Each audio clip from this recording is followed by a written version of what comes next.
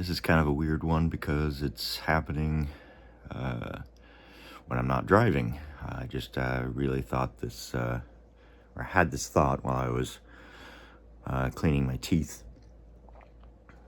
just a couple minutes ago. I was thinking about the work week. And it turned into like a message to employers in my head. Let's see if I can get those thoughts out into a video that is coherent. Do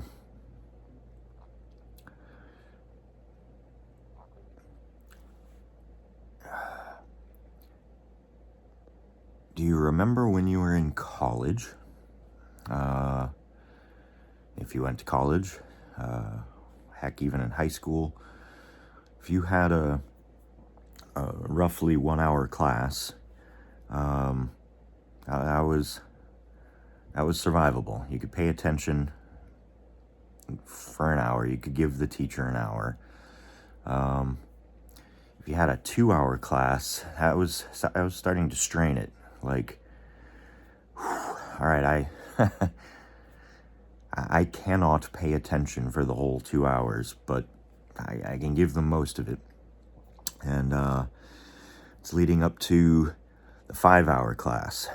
Like, cause I had a 5 hour class in college. It was a psychology class. And the only thing I remember about that class was the professor standing at the front of the room, facing the chalkboard, writing on the chalkboard while he talked for 5 hours. Like, I don't even know how he did that. Like, it must be through ridiculous amounts of repetition. And I kind of feel bad for that guy because he was clearly checked out, like totally burned out. Anyway, there was no way I was giving that guy 5 hours. There's no way. It wouldn't be possible. Like, no matter how much I wanted to listen to what he was saying, it's just not possible. And I believe that is a fairly common thing. I think that is the vast majority of people cannot focus on one thing, even if it's something they like, for 5 hours straight. Like, that's just not gonna happen. And we get to the workday. The workday is normally 8 hours, right? That's like what has become the legal guideline. Like, you have the maximum 40-hour work week for what's required. Companies, I believe, cannot force you to work more than that. And that's 5 8-hour days.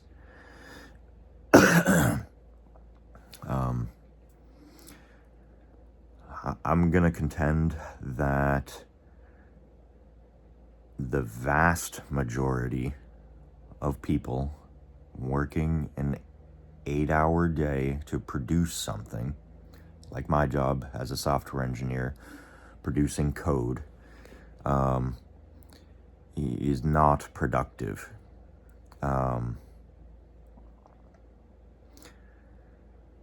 And sure, there you break it up with meetings, you have a lunch, that turns it into a 9-hour day, because obviously they're not paying you to have lunch.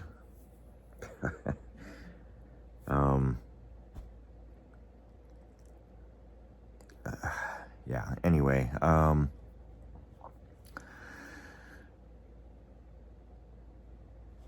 over the course of that 9-hour day,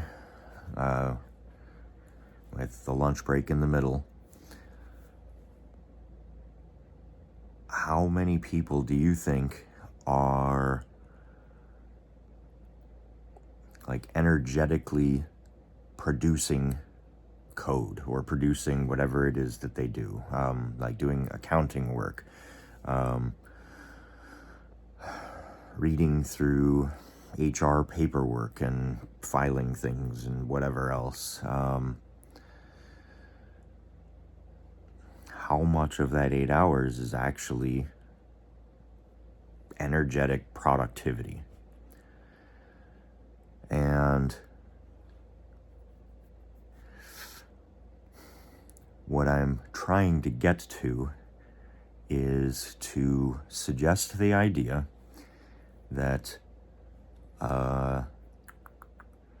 let's say a 5-hour workday with a 1-hour lunch in the middle. So a 6-hour day from the start of work time to the end of work time would be just as productive, if not more. And I say possibly more because if you give people back 2 to 3 hours of their day, they're going to have more time with their families, more time to take care of home needs, and that leads to happier people. Happier people are more productive than unhappy people. Like, I'm confident saying that, even if I can't reference a study.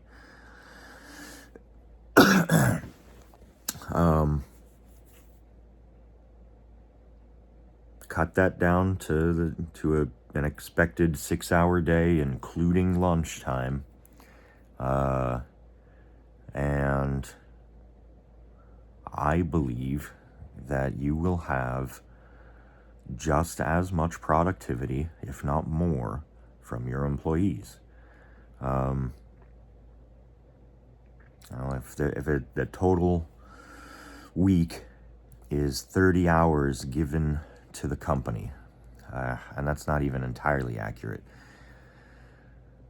Companies have somehow tricked employees into giving them commute time. Like, for some reason, commute time doesn't count toward work.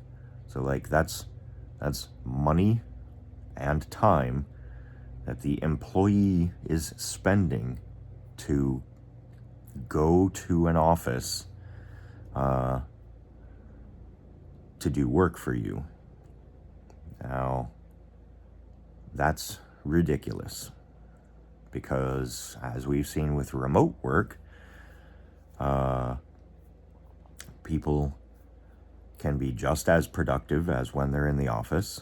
In fact, there have been, and I can't reference it now off the top of my head, but there have been cases of, in fact, many cases of people being more productive when they can work from home, because they can take those breaks to do a chore. They can do the work hours interspersed with whatever it is else that they need to do. And whether or not they're actually working 8 hours, their output is higher. So if companies are tremendously concerned with the number of hours, they're looking at the wrong thing. Number of hours is not even remotely related to the amount of productivity. Sorry, that was hyperbole.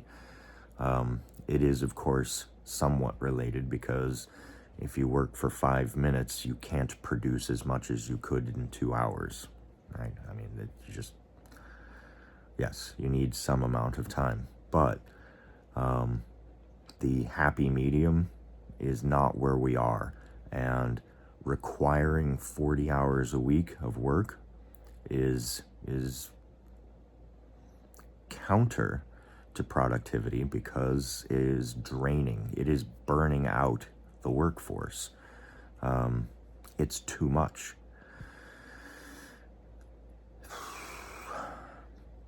So yeah, what I'm suggesting is, if you hired someone, you hypothetically trust them to be productive, to be a professional, to do their job.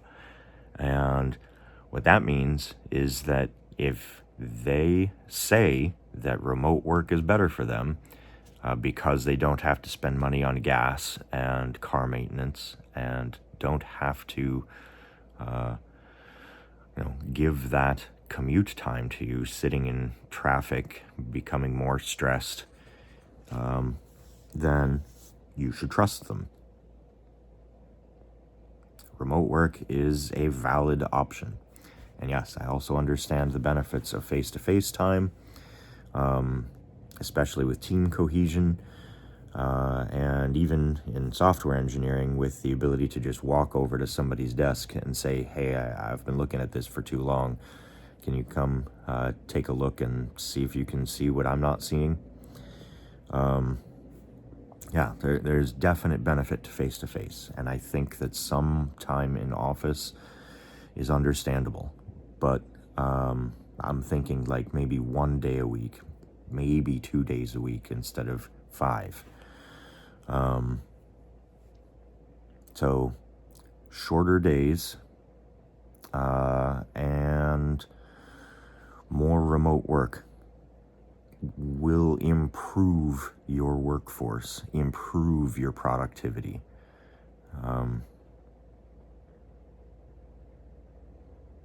Yeah, okay, so that's what I was thinking about, and I hope that was interesting. I hope some employers see this video. I hope it becomes a discussion point that makes good change. All right, thanks for listening.